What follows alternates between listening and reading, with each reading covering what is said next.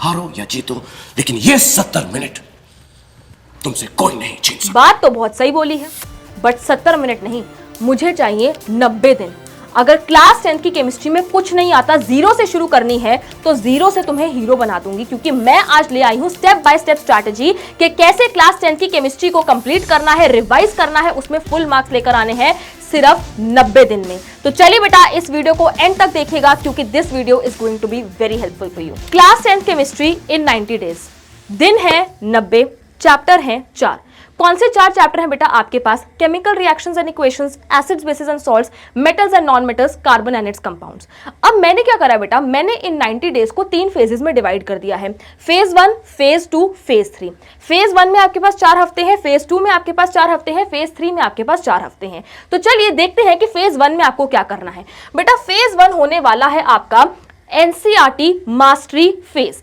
आपको इस फेज में अपनी एनसीईआरटी पे मास्टरी करनी है। 4 हफ्ते हैं आपके पास, हर हफ्ते एक चैप्टर को पकड़ो। पहले हफ्ते बेटा क्या करना है, पहले हफ्ते आपको क्या करना है, आप अपना पहला चैप्टर उठा लीजिए केमिकल रिएक्शंस एंड इक्वेशंस। दूसरे हफ्ते एसिड्स, बेसिस एंड सॉल्ट्स, फिर मेटल्स एंड नॉन मेटल्स, फिर कार्बन एंड इट्स कंपाउंड्स। आपको एनसीईआरटी पे मास्टरी करनी है। एनसीईआरटी आपको लाइन बाय लाइन बेटा पढ़नी है, उसकी हर एक एक्टिविटी को देखना है, उसके हर एक रिएक्शन को समझना है, रट्टा नहीं मारना है। तो फेज 1 यानी कि जो पहले 4 हफ्ते हैं उसमें आपको कॉन्सेप्ट्स को समझना है, और साथ साथ आपको क्या बनाने हैं बेटा, नोट्स बनाने हैं। हर दिन आप 1 घंटा पढ़िए। 1 घंटा दे दो बेटा, इन 90 दिनों में मुझे 1 घंटा हर दिन दे दो, राइट। आप 40 मिनट की पढ़ाई कीजिए, 40 मिनट आप कॉन्सेप्ट समझिए, और 20 मिनट बेटा उनको लिख के प्रैक्टिस कीजिए, अपने नोट्स बनाइए, ठीक। तो पहले फेज में 4 हफ्ते हैं, 1 हफ्ते में 1 चैप्टर। इससे सिंपल तो कुछ हो ही नहीं सकता। पूरा हफ्ता है आपके पास एक सिंपल सा चैप्टर करने के लिए, which is chemical reactions and equations. फिर अगले हफ्ते में आपको एसिड्स, बेसिस एंड सॉल्ट्स करना है, फिर अगले हफ्ते में मेटल्स एंड नॉन मेटल्स, फिर आपको कार्बन एंड इट्स कंपाउंड्स करना है। तो phase 1 is going to be the NCERT mastery session, ठीक है। अब हमने एनसीईआरटी पे मास्टरी कर ली है। एनसीईआरटी का हर एक क्वेश्चन, हर एक लाइन, हर एक रिएक्शन, हर एक एक्टिविटी हमने देख ली है। अब आते हैं हम फेज 2 पे। फेज 2 बेटा क्या होने वाला है? फेज 2 होने वाला है आपका strengthening the concepts through questions. अब आपने क्या करा बेटा, आपने एनसीईआरटी पूरी पढ़ ली है, सब कुछ समझ लिया है। अब आपको अपने आप से यह सवाल पूछना है कि क्या मैंने इतने अच्छे से पढ़ा है कि मैं अपने इन कॉन्सेप्ट्स को अप्लाई कर सकता हूं? क्या मैंने सही से पढ़ लिया है? बेटा सही से पढ़ लिया है। इस सवाल का जवाब कब मिलता है? जब आप क्वेश्चन प्रैक्टिस करते हैं। सामने पैराग्राफ लिखा है, पैराग्राफ देख के तो समझ आ जाता है, बट जब उस पे बेस्ड क्वेश्चन आता है तब असली चेक होता है कि यार हमें समझ भी आया था या नहीं, हम इस कॉन्सेप्ट को अप्लाई कर पा रहे हैं या नहीं। तो अब हमारा फेज 2 स्टार्ट होता है, जहां पे हमने अपने उन लर्न्ड कॉन्सेप्ट्स को क्या करना है बेटा, स्ट्रेंथन करना है, स्ट्रॉन्ग करना है। फिर से आपके पास इस फेज में 4 हफ्ते हैं, हर हफ्ते फिर से एक चैप्टर उठा लो, ठीक है। अब आपको क्या करना है, हर हफ्ते एक चैप्टर उठाना है, और उस हफ्ते में उस चैप्टर की एनसीईआरटी एग्जाम्पलर को सॉल्व करना है, उसके पीवाईक्यू को बेटा सॉल्व करना है, ठीक है। हर चैप्टर पहले हफ्ते में, मतलब सेकंड फेज का जो पहला हफ्ता है, उसमें केमिकल रिएक्शंस एंड इक्वेशंस उठाया, उसकी एनसीईआरटी एग्जाम्पलर सॉल्व कर रहे हो, उसके पीवाईक्यू सॉल्व कर रहे हो, हर चैप्टर के रिएक्शंस को रिवाइज करो। बेटा रिएक्शन तो हर दिन भी तुम पढ़ लो ना, 5 रुपए की कॉपी में पूरे रिएक्शंस लिख लो, उसको हर दिन रिवाइज करो। भी मैं ये आगे बताने वाली हूं तुम्हारे को, ठीक है। तो आपको 4 हफ्ते हैं फेज 2 में, हर हफ्ते एक चैप्टर उठाना है और उसकी एनसीईआरटी एग्जाम्पलर और पीवाईक्यू क्वेश्चन करने हैं, और हर हफ्ते के एंड पे अपना एक छोटा सा टेस्ट लो, है ना, एक 20 मार्क्स का छोटा सा टेस्ट ले लो उस चैप्टर पे बेस्ड क्वेश्चंस के। अब आप कहोगे मैम क्वेश्चन कहां से मिलेंगे, हमें तो मिल नहीं रहे। अरे यार इतनी सारी एआई की एप्स आ चुकी हैं ना, चैट जीपीटी पे तुम फालतू की बातें करते रहते हो, है ना, आज मैंने ये खाया, आज मैं यहाँ घूमने गया। एक चैट जीपीटी पे तुम लिखो, या किसी भी बेटा ऐप पे जो तुम यूज करते हो उस पे लिखो कि मेरा चैप्टर नंबर 1 है chemical reactions and equations of class 10th, मुझे ना इसका 20 मार्क्स का टेस्ट बना के दे दो, तो तुम्हारे को एक टेस्ट मिल जाएगा। तो अपना सिंसेरिटी के साथ बेटा, है ना, ऑनेस्टी के साथ वो टेस्ट दे के देखो कि भाई तुम्हारे उसमें कितने नंबर आ रहे हैं। अपना टेस्ट खुद दो बेटा, उसको खुद चेक करो, रेड पेन से शौक चढ़ता है ना सबको टिक टिक टिक लगाने का, अपना खुद जो है वो टेस्ट चेक करो, ठीक है। So this is going to be your phase 2। आपको एप्लीकेशन पे बेटा फोकस करना है, ओवर मेमोराइजेशन यानी कि रट्टा नहीं मारना है। हमें कॉन्सेप्ट्स चेक करने हैं अपने कि आते हैं या नहीं आते, क्या हम उनको अप्लाई कर पा रहे हैं या नहीं कर पा रहे। तो फेज 1 हो गया हमारा एनसीईआरटी मास्टरी फेज, फेज 2 हो गया हमारा कॉन्सेप्ट स्ट्रेंथनिंग फेज। अब हम अपने आखिरी फेज पे चलते हैं, विच इज फेज 3। इस फेज में फिर से आपके पास 4 हफ्ते हैं, और ये हमारा फेज कौन सा होने वाला है बेटा? ये फेज होगा हमारा रिवीजन फेज। पहले महीने में या फिर पहले 4 हफ्ते में आपने क्या करा बेटा? पूरी एनसीईआरटी निपटा दी। दूसरे महीने में या फिर नेक्स्ट 4 वीक्स में आपने क्या करा? सारे क्वेश्चंस बेटा एनसीईआरटी एग्जाम्पलर प्रैक्टिस कर ली, पीवाईक्यूज प्रैक्टिस कर ले, सब अब आप कर चुके हो।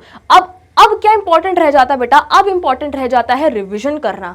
आप लोगों ने पढ़ लिया चैप्टर, बहुत अच्छी बात है, बट 2 महीने तक अगर आप उस किताब को हाथ ही नहीं लगा रहे, कॉपी खोल के ही नहीं देख रहे, तो you are back to square one, आप बिल्कुल जीरो पे पहुंच जाओगे बेटा। तो revision is very important and that is phase 3। तो फेज 3 में बेटा हमारे को क्या करना है? फेज 3 होने वाला है आपका रिकॉल, ठीक है। फेज 3 आपका क्या होने वाला है बेटा? Recall, speed and confidence. अब हमारे को क्या करना है? यहाँ पे फिर आपके पास 4 हफ्ते हैं। अब यहाँ पे आपको हर हफ्ते एक चैप्टर नहीं उठाना। अब ध्यान से सुनो बेटा मेरी बात। फेज 3 में आपके पास 4 हफ्ते हैं। उस फेज 3 के जो पहले 2 हफ्ते होंगे ना बेटा, अगर हम काउंटिंग करें तो 1 2 3 4 वीक्स वहां निकल गए, 5 6 7 8 फेज 2 में आ गए। अब यहां पे आपके पास वीक आता है बेटा 9 से लेकर 12 तक। अब पहले 2 हफ्ते में आपको क्या करना है बेटा? वीक 9 और वीक 10 में, पहले 2 हफ्ते में आपको पूरी रिवीजन करनी है, चारों चैप्टर्स। आप 2 महीने से 4 चैप्टर्स पढ़ी जा रहे हो, तो अब क्या 2 हफ्ते में आप उनको रिवाइज नहीं कर सकते? बिल्कुल कर सकते हैं बेटा। तो revise all 4 chapters in the 2 weeks, ठीक है। चलिए अब 11वें हफ्ते में बेटा आपको क्या करना है? Attempt 2 full syllabus mock test. अब पूरे सिलेबस के यानी कि चारों चैप्टर्स के आपको क्या देना है बेटा? एक कंबाइंड टेस्ट देना है, पूरे सिलेबस का आपको मॉक टेस्ट देना है, और उसको टाइम बेस्ड रखना है। ये नहीं कि आज हम चारों चैप्टर का मॉक टेस्ट दे रहे हैं, सुबह 10 बजे बैठे थे, रात को 10 बजे खत्म करके उठे हैं। टाइम बेस्ड रखना बेटा, अपने आपको एक समय देना, कितने क्वेश्चंस है तो मुझे उसको इतने समय में खत्म करना है, ताकि आपकी स्पीड बढ़े बेटा, आपकी एक्यूरेसी बढ़े, आपका कॉन्फिडेंस बढ़े, आपको पता लगे कि कितने मार्क का क्वेश्चन है तो उसमें कितना लिखना चाहिए। सपोज करो भाई मार्क्स कम है, पूरा पेज भर के आ रहे हो, और बाकी ज्यादा मार्क्स वाले क्वेश्चन के लिए तुम्हारे को टाइम नहीं मिला, ठीक है। चलिए उसके बाद बेटा आपको क्या करना है? वीक 12 में आपको फाइनल रिकैप करना है। इस हफ्ते में आपको फटाफट से बस पेजेस पलटने हैं, आपको ट्रिकी ट्रिकी डेफिनेशंस या ट्रिकी कुछ रिएक्शंस हैं, ये स्पेसिफिक कलर्स हैं, ये सीरीज है, ये है, वो है, ये सब आपको अपने फाइनल वीक में जो वीक 12 है बेटा उसमें आपको देखना है। तो आपको क्या करना है बेटा? हल्की पढ़ाई, लाइट स्टडी करो, दिन में 1-1.25 घंटा पढ़ो, बट कंसिस्टेंसी के साथ पढ़ाई करनी है, ठीक है। तो एक बार मैं आप लोगों को फिर से जो है बेटा रिकैप करा देती हूं, ठीक है। फेज 1 में एनसीईआरटी मास्टरी सेशन है, हर हफ्ते आपको एक चैप्टर पढ़ना है, एनसीईआरटी लिटरली घोल के पी जानी है आपको। 4 हफ्ते 4 चैप्टर एनसीईआरटी से डन। उसके बाद नेक्स्ट हफ्ते है फिर से आपके पास नेक्स्ट फेज है, उसमें फिर से आपके पास 4 हफ्ते हैं, हर हफ्ता एक चैप्टर उठाओ। अब इस हफ्ते में आपको क्वेश्चन प्रैक्टिस करने बेटा, है ना। एग्जाम्पलर से क्वेश्चन करो, पीवाईक्यू से क्वेश्चन करो, कॉम्पिटेंसी बेस्ड क्वेश्चन करो, एप्लीकेशन बेस्ड क्वेश्चन करो, जहां पे लॉजिक लगाना है। डायरेक्टली बस डेफिनेशन लिखने वाले क्वेश्चन नहीं करने हमारे को, दिमाग वाले question, application based question, competency based question करने हैं। एंड देन उसके बाद हमारा phase 3 is all about the revision, ठीक है। तो ये था बेटा 90 दिनों की स्ट्रैटेजी, जहां पे मैंने इनको 3 फेजेस में डिवाइड करा है।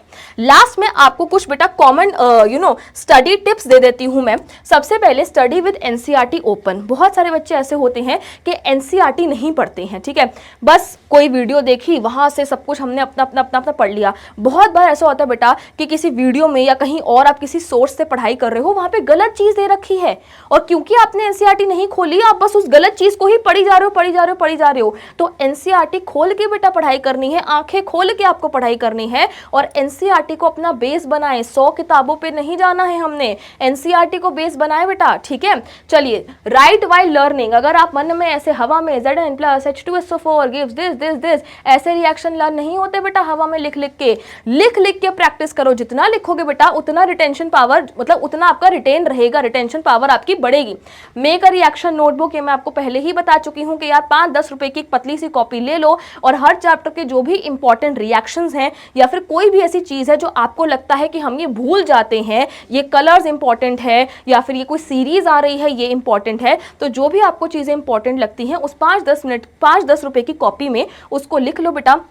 एंड उस कॉपी को 5 मिनट लगेंगे रिवाइज करने के लिए। जब तुम सब कुछ कर लोगे ना, जब सब कुछ आ जाएगा तुम्हें, तो लिटरली 5 मिनट में हर दिन पेज पलटो, हाँ हाँ हाँ हाँ आता है, ठीक है। लास्ट मिनट तक कभी मत छोड़ना रिएक्शंस को। ऑलराइट, देन संडे आपका क्विक रिकैप डे है। जैसे मैंने आपको बताया बेटा, हर संडे अपना एक छोटा सा टेस्ट लीजिए या फिर बड़ा सा टेस्ट लीजिए, बट संडे आपको रिकैप डे रखना है। दैट डज नॉट मीन कि आपने जो पूरे हफ्ते पढ़ाई करी है, पूरे संडे जो है वो फिर से 6 घंटे लगा के आपको उसमें पढ़ाई करनी है। एक क्विक रिकैप डे रखें, 1-1.25 घंटा, 1.5 घंटा दे दीजिए। मैं बार बार ये बोल रही हूं कि बस every day if you give 1 hour to chemistry, बेटा chemistry will give you so much happiness, ठीक है। चलिए अब आगे बढ़ते हैं एंड कुछ कॉमन मिस्टेक्स देखते हैं जो आप सब बच्चे कर जाते हैं, तो उनको हमें अवॉइड करना है। सबसे पहले leaving reactions for the end. अरे रिएक्शन तो हम लास्ट में लर्न करेंगे, अभी तो लर्न करके एनीवेज हमने भूल जाना है, लास्ट में ही उनको पढ़ेंगे। बेटा लास्ट में अगर तुमने उनको पढ़ा ना, तो बेटा फिर नंबर भी तुम्हारे उसी हिसाब से आएंगे, क्योंकि अगर आप रिएक्शंस को लास्ट तक छोड़ते हैं, फिर आपके पास उतना समय तो होगा नहीं कि उनके पीछे का कॉन्सेप्ट समझे। आप उनको रटेंगे और रटने वाली चीजें बेटा कभी भी एंड तक साथ नहीं देती हैं। ओके, इग्नोरिंग एग्जाम्पलर क्वेश्चंस तो बेटा आपको एग्जाम्पलर के इग्नोर करने ही नहीं है। एनसीईआरटी के क्वेश्चंस करने हैं, एग्जाम्पलर के क्वेश्चंस करने हैं, पीवाईक्यूज करने हैं। Make a reaction notebook. बच्चे रिएक्शन नोटबुक नहीं बनाते हैं, तुम्हें बनानी है। रीडिंग विदाउट राइटिंग, ये भी मैंने आपको बता दिया, हवा में लिख लिख के बेटा प्रैक्टिस कर रहे हैं, ये सब नहीं करना। नॉट रिवाइजिंग रेगुलरली, ठीक है, तो रिवाइज आपको रेगुलरली करना। बेसिकली जो मैंने आपको टिप्स दी थी उसका उल्टा कर दो, यही बच्चे मिस्टेक्स करते हैं, राइट। तो बेटा प्रैक्टिस आप कीजिए, रिविजन आप कीजिए, उससे आपकी क्या बढ़ेगी, रिटेंशन बढ़ेगी, ठीक है। तो ये बेटा कुछ बातें थी, ये आपकी स्टेप बाय स्टेप 90 डेज की स्ट्रैटेजी थी, जिससे आप केमिस्ट्री को क्या कर सकते हैं, मास्टर कर सकते हैं। अगर आपने कुछ पढ़ा भी नहीं है, अभी तक केमिस्ट्री स्टार्ट भी नहीं करी है, तो इस वीडियो को बेटा आप देखिए और इसमें बताई गई अगर आप मेरी बातें फॉलो करते हैं ना, तो I will genuinely tell you बेटा कि आपकी केमिस्ट्री बहुत ज्यादा इंप्रूव हो जाएगी एंड आप बहुत अच्छे नंबर लेकर आएंगे, फुल मार्क्स लेकर आएंगे।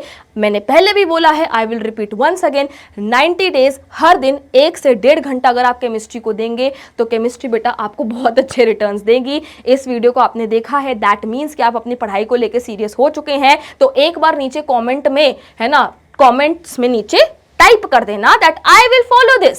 तुम फालतू के कमेंट करते हो कि जिसने लाइक नहीं करा, वो सब्सक्राइब नहीं करा, मार्क्स नहीं आएंगे, फेल हो जाएंगे। भाई एक अच्छा कमेंट करो ना, एक अच्छा कमेंट करो, उस पे लाइक्स बटोरो। तो आप लोग नीचे कमेंट करेंगे, जिन्होंने ये वीडियो देखी है बेटा, वो नीचे कमेंट करेंगे that I will follow this, ठीक है।